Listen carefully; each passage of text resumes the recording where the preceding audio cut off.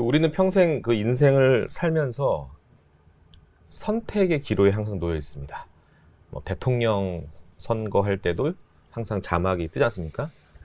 올해 여러분의 선택은 뭐 대학교 학교 뭐 전공 선택할 때도 선택의 기로에 있고요. 여자친구 사귈 때도 선택을 하고 미팅할 때 그렇지 않습니까? 결혼 상대자를 고를 때도 선택의 기로. 주식도 마찬가지입니다. 어떤 종목을 선택했느냐에 따라서 희비가 엇갈리는 요즘 이제 지겹도록 얘기하는 이 포모 현상입니다. 두려움인 거죠. 포모, fear. 어떤 두려움? 놓친 것에 대한 두려움. 미싱 아웃에 대한 두려움이 바로 현재 우리나라 대한민국 주식시장 현 주소인 것 같습니다. 자, 뭐 소위 에코프로, BM, 뭐 이런 종목들 2차전지 여전히 올해 2023년에 흐뭇하신 분들도 많으실 테고요. 나는 절대적으로 이렇게 계산기를 두들겨서 밸류에이션이 참 너무나 착하고 이 순수한 아이들을 이렇게 사뒀는데 전혀 움직이지 않아서 내 선택이 정말 잘못된 것인가 스스로 반성하고 싶지 않은데 반성하게 되는 현재 스코어는 이렇습니다. 저 또한 그렇고 옆에 있는 이민재 연구원님 모셨는데 과연 이게 내가 선택 잘못됐는지를 판단해야 되는 그런 중요한 기로에 있는 시점입니다. 바로 오늘 주제는 원전입니다. 원전. 오늘 원전 가족 얘기를 나눠보죠. 안녕하세요. 안녕하십니까. 예. 대표적으로 선택을 잘못한 애널리스트. 섹터를 선택 잘못. 그런 말 있잖아요. 영화 대사에도 끝날 때까지 끝난 것은 아니다 이렇게 얘기하지. 그렇다고 해서 이제 길거리 가서 야, 너 지금이라도 지금 현재 가던 말에 탈 수 있어라고 질문한다면 물론이죠 라고 얘기할 사람은 많지는 않을 것 같아요. 그러니까 상당히 좀 약간 과매수 영역에 있는 그런 주도주를 선택하기에는 지금 상당히 부담스러운 기술적 흐름상에서도 그렇고 밸류에이션 상에서도 그렇고 설명이 안 되는 겁니다. 그래서 애널리스트 입장에서도 그런 종목을 커버를 할 수가 없는 거란 말이죠. 그래서 애널리스트들은 항상 우리 증권사에 있는 저 또한 그렇지만 정성보다는 정양적 분석에 의해서 항상 다음 차례를 기다리시죠. 뭐 이런 얘기를 하는 게 맞지 않을까. 오히려 그런 장이 올 수 있을 거라는 생각은 믿어 의심치 않습니다. 얼마 전에 원전 관련 종목들이 좀 인기가 있었던 거는 윤 대통령의 출국 이후였죠. 폴란드 방문이. 폴란드 방문. 네. 근데 사실 폴란드만 수주 이슈가 있는 건 아니지 않습니까? 그렇습니다. 어디가 좀 이제 대기가 있는 거죠? 지역별로 보면. 일단은 체코. 예. 그다음에 튀르키예, 터키, 예전에 터키. 영국, 뭐 UAE, 사우디. 예. 그다음에 뭐 그 밖에 동유럽 국가들, 네. 뭐 네덜란드, 예. 핀란드. 사실 대형 원전을 지으려고 하는 나라들은 네. 지금 사실 그 어느 때보다도 많은 상황인 것 같아요. 그 화면 한번 바꿔주실래요? 제가 어떤 특정 종목의 수급을 한번 말씀드리려고 하는데 요 종목입니다. 여기 보이시죠? 두산 에너빌리티입니다. 에너빌리티인데 이렇게 제가 좀 밑으로 내릴게요. 6월로 갈게요. 6월 달에 6월 초죠? 요 빨간색 그 붉은 숫자 여기 보면 뭐 눈을 비비고 다시 봅니다. 뭐 100만 주 단위로. 근데 이날은 뭐 500만 주까지 들어올 날도 있었습니다. 근데 그 기조가 꺾이지 않았어요. 쭉 이어지고 있고 뭐 최근에도 뭐 여전히 그 매수 기조는 유지가 되고 있고 다시 또 들어오다가 최근에 보면 이게 파란색 글씨가 보이죠? 약간 매도의 포지션으로 좀 전환을 한 겁니다. 다시 화면을 한번 볼까요? 차트 보시죠. 잠깐만요. 차트 한번 먼저 보죠. 그렇게 제법 샀음에도 불구하고 주가는 이렇습니다. 무겁어요. 무거워요. 전 재밌어요. 재밌어요? 네, 전 재밌어요. 화면 바꿔주세요. 외국인들이 왜 샀냐고 제가 한번 질문해 볼게요. 아마 이런 거 아닙니까? 뭐 한수원과 뭐 영국 뭐 여러 가지 선진국 간의 어떤 소송 관계가 좀 있어요. 원전 관련돼서 그게 좀 약간 좀 실마리를 좀 찾은 것 같다. 뭐 해결이 될 것 같다. 그러면 이제 드디어 잠자던 수주의 물꼬가 터지는 거 아니냐. 뭐 이런 약간 뇌피셜이 좀 있었던 거 아니냐. 사실 최근에 외국인 투자자랑 좀 얘기를 할 기회가 있어갖고 몇 분이랑 했는데 네. 그냥 그 얘기를 하더라고요. 원전 관련주가 없다. 자기네들은. 그래서 우라늄에 대한 투자를 한다. 그래요? 네. 하지만 원전에 대해서는 확실히 변화한 거는 자기네들 느껴진다. 이 얘기를 하더라고요. 요즘 의미가 좀 있는 네, 그쵸. 말씀인 것 같아요. 외국인들에 대한 그 심리적인 스탠스는 좀 알고 있어야 되는 거고. 물론 이게 뭐 보편적인 건 아니에요. 왜냐면 네. 그분이 대표하는 건 아니니까. 네. 그분들이 이제. 근데 이제 그런 것 같아요. 이제 이민재 연구원님도 애널리스트니까 기관 상대로 막 이제 방문하고 세미나도 하고 뭐 컨퍼런스 콜도 하고 막 그러지 않습니까? 이 기관 매니저들은 이게 나이가 있잖아요. 20대, 30대, 40대 이렇게 쭉 매니저들이 있으면 젊은 매니저한테는 잘 안 통하죠. 안 통하죠. 원전. 아유, 연구원님 무슨 지금 시대에 지금 원전 얘기하십니까? 뭐 이런 얘기 하지 않습니까, 오히려? 이거 많이 변하긴 했어요. 그래요? 예전보다는 많이 네. 이렇게 보는 관점들이 변한 것 같고. 어. 그러니까 오히려 제가 설득하기 힘든 분들은 좀 더 저보다 나이가 많으신 분들.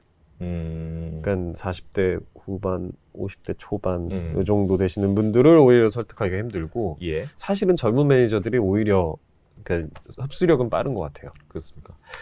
제가 차트 한번 보여줄래요? 최근에 좀 약간 연륜 있는 펀드 매니저를 좋아하는 종목 얼마 전에 우리 다뤘죠?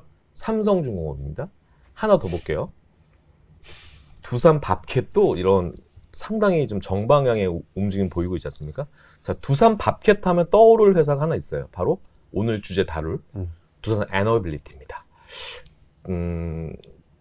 연구원님이 얼마 전에 쓰신 레포트를 한번 보여드리겠습니다. 이거 보면서 한 1, 2분 만에 짧게 좀 서머리 가능하십니까? 이 레포트 한 장을? 가능하죠. 네, 한번 좀 부탁드릴게요. 일단은 지금 아까 말씀드렸던 국가들 중심으로 대형 원전이 확대가 되고 있는 상황이고 그래서 그런 거에 대해서 지금 우리가 수주 입찰을 하고 있는, 그러니까 입찰 준비를 하고 있는 상황이고요, 정확히는.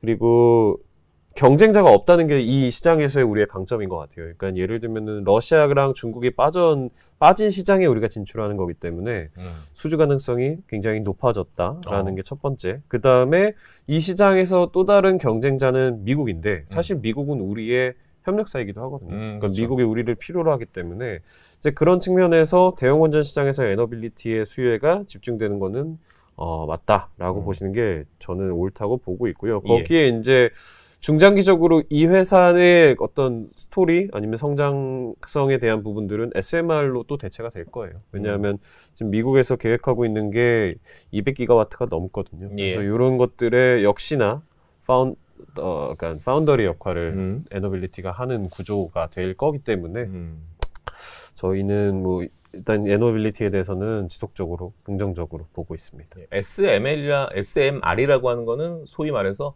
소형 원전 쪽이라고 보시면 되겠죠. 맞습니다. 예, 그쪽도 지금 당장은 아니고 한 2030년?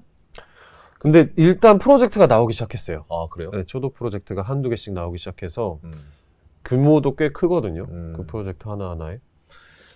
근데 확실한 거는 참 이렇게 이 정치적인 색깔을 얘기할 수는 없지만 이게 전 정권의 색깔은 이 원전에 대한 이 정책적 방향성은 레포트에도 한번 썼지만 명확하다라는 표현을 썼거든요. 이민재 연구원이.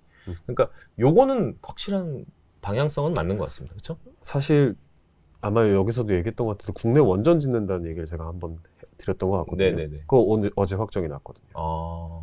그러니까 이번 정부가 이제 그러니까 이게 사실 정치적인 색깔을 좀 제외하고 네. 이제 중요한 게 뭐냐면 그러면 우리가 원전을 빼고 향후에 발전 시장을 구성할 수 있느냐에 대한 문제거든요. 근데 뭐 현실적으로 원전을 대체할 수 있는 현재 발전원은 없습니다. 그렇기 때문에 원전의 역할이 계속 중요하게 여겨지는 것 같아요. 전 세계적으로. 예. 그러니까 두산 에너빌리티 자체만 보면 PER이 뭐 싸다고 볼 수는 없어요. 한 PER이 한 20배 내외니까. 근데 이제 PBR 논리로 보면은 아까도 이제 두산 밥캔 얘기했지만 뭐 지분 가치고 뭐고 하다 보니까 계열사들의 실적까지 애드업하면은 PBR이 1배 초반대이기 때문에 뭐 크게 뭐 밸류에이션 뭐 잘을 대도 뭐 이렇게 뭐 2등 3등 할 필요는 없는데 어떤 고객님들은 전화 주셔서 이런 얘기하세요. 두산 그룹주가 매매하기가 쉽지 않아.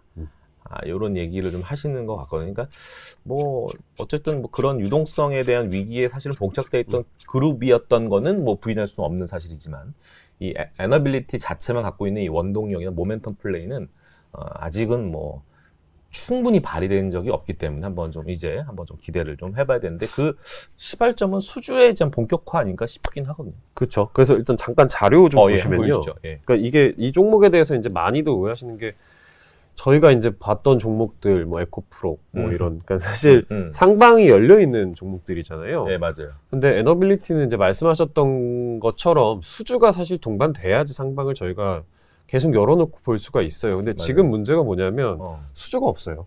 그러니까 계속 소문만 무성하고 실제 결과물이 지금 아직은 뚜렷한 결과물이 없는 상황이거든요. 네. 그러다 보니까 항상 논란은 일단 두산이라는 그 타이틀 그 다음에 그렇죠. 너무 먼 미래의 밸류를 땡겨와야 되는 거 아니에요? 예전에 2차 뭐 퓨어셀 이런 것도 사실 맞아요. 비슷한 맞아요. 상황이었잖아요. 네. 그래서 이 종목은 일단 접근 자체를 수주의 결과물이 나오는 내년 상반기 정도는 돼야 돼. 그때부터는 이제 저희가 보는 입장이 좀 달라질 수는 있지만 네. 그 전까지는 이 종목을 어떻게 접근해야 되냐. 예. 결국은 바텀업이죠. 그러니까 좀 다른 의미의 바텀업이지만 밸류가 설명이 되는 부분들부터 먼저 저는 제거를 하고 보는 게 맞는 것 같아요. 예를 들면 SOTP 밸류에이션을 이제 했을 때 이제 별도의 법인 가치, 연결 자회사들의 가치, 그다음에 순차입금을 이제 빼서 보통은 이제 그 기업의 가치를 저희가 이제 계산을 하는데 순차입금과 관계 회사들, 뭐 연결 자회사 바켓이나 퓨어셀의 지분 가치나 이런 것들을 일단 비교해 봤을 때 중요한 게 뭐냐면 바켓의 최근에 주가가 워낙 좋았기 때문에 그렇죠. 예. 상계가 돼요, 서로. 남아요, 심지어. 예. 하지만 저희가 아까 말씀드렸지만 먼 미래의 가치를 또 땡겨야 되잖아요. 그러니까 시간 가치를 한 2년, 한 3년 정도에서 할인율 한 8% 정도로 해보면 한 1.5조 정도 돼요. 그러니까 두 개의 가치가 상계가 됩니다. 그 다음에 이제 그럼 별도로만 주가를 설명하면 되는 거잖아요. 근데 별도에서 또 상대적으로 쉬운 부분들이 있어요. 기타 부분 뭐냐면 이게 그냥 공사거든요. 건설공사. 물론 이게 주택이 아니기 때문에 멀티플이 주택주보단 거기다 최근에 제가 주택 관련된 멀티플을 많이 낮췄거든요. 뭐 4배 정도면 시장에서 그래도 인정이 될 수 있는 밸류입니다. 거기에 화력조, 뭐냐면 석탄이랑 가스 발전이거든요. 요거 뭐 안정적이죠. 네. 물론 저는 여기에 향후에 잠재력이 있다고 보지만 일단 네. 현재로서는 그렇고 담수화, 수처리 뭐 이런 것들이거든요. 여기도 꾸준히 나옵니다, 수주가. 네, 네. 그리고 해상풍력 뭐 무난하게 지금 가고 있고요. 그랬을 때 요 가치들의 합산을 해보면 약 5조에서 6조 사이 정도가 돼요. 그러면 이제 요걸 베이스로 원전의 가치와 이제 나머지 그러니까 시가총액과 원전 쪽의 가치를 비교해보면 되거든요. 그러니까 뭔 말이냐면 그러면 원전에서 25년, 26년도에 벌어들일 수 있는 에비타가 얼마 정도냐 현실적으로 한 2천억 정도 됩니다. 2천억. 그리고 피어로 누구를 이제 보통 보냐면 한전기술, 그다음에 SMR, 누스케일이라고 하는 미국의 SMR 기업을 이제 많이 비교를 해요. 근데 이게 직접 비교해도 무리가 없는 게 한전기술은 물론 설계 회사고 마진율이 훨씬 높지만 뭐 큰 차이는 없습니다만 근데 에너빌리티는 또 장점이 고객사가 한전뿐만 아니라 웨스팅하우스가 있거든요. 거기에다가 SMR 같은 경우에도 누스케일이라고 하는 회사가 물론 설계 기술력이 있지만 에너빌리티는 제작 기술력이 있고 누스케일 같은 회사들과 다양하게 계약을 할 수 있거든요. 그러면 이제 결론은 뭐냐면 그러면 이제 시가총액에서 아까 5조 원 정도 안정적인 가치를 뺀 부분의 나머지를 이제 설명을 하면 되는데 한전기술의 그러니까 이베비타를 이제 보면은 원전 관련된 이벤트들이 적었을 때는 약 20배 정도까지 떨어져요. 네, 네. 관련된 이벤트가 많아질 땐 30배 좀 넘게까지도 올라갑니다. 거기에 누스케일까지 해보면 사실 35배에서 40배까지도 가능해요. 그러면 그냥 곱하면 되죠. 그러면은 2천억에 뭐 20배 정도, 한 4조에서 5조 정도로 미니멈 밸류를 보고 그 다음에 이벤트가 커질 땐 8조, 그렇죠. 9조 사이를 보면 됩니다. 그러면 시가총액으로 치면 10조에서 13조 레인지에서 저희가 플레이를 하면 되거든요. 그러니까 이 종목은 이렇게 사실 심플하게 좀 보고 가시는 게 맞는 것 같아요. 그러면 주가로 어느 정도냐? 15,000원에서 한 2만원 사이 정도 되거든요. 주가 차트 한번 보시면요. 지금 한 11조입니다. 시가총액이. 참고로. 예, 이렇게 보시면 되죠. 제가 작년 10월부터 네, 네. 한 21일 그 딱 저점일 때 커버를 시작했던 것 같거든요. 예. 그리고 나서 그 바텀 밸류는 제가 말씀드렸던 그 레인지를 웬만하면 벗어나질 않았어요. 그러니까 여러 가지 이유가 있지만 네. 결국은 요런 그러니까 약간 이제 밑에서부터 서로 상계해가면서 원전의 변동성만 이제 주는 거죠. 네. 그랬을 때 이제 하단 밸류에 대해서 그래도 시장이 향후에 나오는 이벤트, 그러니까 계속 나왔던 원전 쪽의 긍정적인 이벤트들을 확실히 조금 반영을 했던 것 같아요. 그러면은 다시 돌아와서 이 종목을 어떻게 접근하냐? 그러면은 한 16,000원대 이하에서 이제 저희는 적극적으로 비중을 늘리고 그 다음에 그 이상이 됐을 때는 비중을 줄이고 이런 플레이를 지속적으로 할 필요가 있는 것 같아요. 원전 모멘텀이 크게 꺾이지만 않는다면요. 근데 뭐 지금 현 정부의 기조나 글로벌 어떤 변화되는 것들 봤을 땐 그게 꺾일 가능성은 그렇게 높아 보이진 않습니다. 물론 리스크는 있죠. 뭐 자포 전쟁이라던가 이런 쪽에서의 원자력 발전소의 뭐 사고가 발생할 수 있으니까 당연히 리스크는 있는데 이제 그런 것들을 배제하고 그냥 본다면, 그러니까 아웃라이어들 빼고 본다면 이 정도의 밸류를 주고 가는 게 맞고요. 수주가 나오면 그때부터 이제 또 다른 밸류에이션을 설명을 할 수가 있겠죠. 저는 이제 그 디지털 케어 서비스 고객분들이 이제 전화를 주셔가지고 요 상황에서 이제 물어보신 거예요. 전화로 물어보신 건데 요렇게 이제 요렇게 출장 가셨을 때 이렇게 오른 겁니다. 올라왔는데 여기 왜 빠진 거야? 이때 이제 출장이 끝난 겁니다. 마무리 협상 끝난 건데 왜 빠졌냐면 폴란드 아니었습니까? 폴란드가 사실은 원래 작년도 하반기에 한번 얘가 있었던 나라 아니겠습니까? 근데 이제 사실은 현재가 이제 완전 확정 공시나 계약이 된 게 아니에요. MOU 단계거든요. 그러니까 뭔가 이번에는 좀 뭔가 확정적인 계약을 좀 기대를 했던 모양이었는데 실제로는 여전히 단기적인 계약은 쉽지는 않고 뭐 올해 하반기 이후에나 돼야 될 것 같은 그런 뉘앙스였지 않습니까? 그러니까 사실 이게 K2가 방산 쪽이랑 거의 비슷하다고 보시면 돼요. 일단 거의 우리가 받는 거고요. 네, 맞아요. 일단 받는 건 확정적이고 이제 그거에 대한 밑작업을 이번에 대통령이 폴란드 방문을 하면서 어느 정도 해놨고 이제 폴란드 내에서의 이슈들만 마무리되면 되죠. 뭐 환경영향 평가 끝났고 이제 뭐 예비 타당성 조사, 그다음에 기수, 그다음 파이낸싱 이런 것들이 마무리되면 뭐 결론은 뭐 쉽게 당연히 우리 쪽으로 날 겁니다. 그러니까 이거는 거의 이제 90% 이상 받은 프로젝트라고 보시면 돼요. 근데 이제 그런 것들을 기대하고 결과물이 나올 거라고 생각을 했는데 안 나오니까 원전과 방산주를 그냥 방산도 여러분 그 차트를 보면서 체감 한번 해보세요. 하나 시스템이 이랬어요. 이렇게 쫙 올랐죠. 쫙 빠졌죠. 하나 더 볼까요? 현대, 로템도. 그러니까 뭐 원전뿐만 아닙니다. 방산도 좀 이런 모습입니다. 이렇게 빠진 모습. 자, 이제 두 번째 종목을 하나 이제 다룰 건데요. 이 종목입니다. 한국전력입니다. 레포트 역시 준비가 되어 있고요. 요거 역시 짧게 1분 안에 좀 서머리 부탁드릴게요. 일단 TP를 올렸습니다. 지난번에 제가 축하드립니다. 왔을 때 많이 밀고 그리고 죄송하다라고 말씀을 드렸던 기억이 있는데 다시 올렸고요. 일단 올린 이유는 실적이 좋아질 것 같아요. 실적이 생각보다 큰 폭으로 개선이 될 것 같고요. 이제 특히나 이제 주목해봐야 되는 거는 올 겨울입니다. 겨울이 따뜻하면 저희 천연가스 가격이나 뭐 유가, 기름값도 마찬가지죠. 다 안정화될 가능성이 높기 때문에 뭐 한전의 연료비 쪽에서의 절감 효과가 크게 나타날 것이고요. 24년 이후부터는 이제 미국 쪽에서 LNG가 대규모로 나오기 시작하기 하거든요. 그러면은 중장기적으로는 지속적으로 안정화될 가능성이 높아요. 고비는 딱 올 겨울인 것 같고요.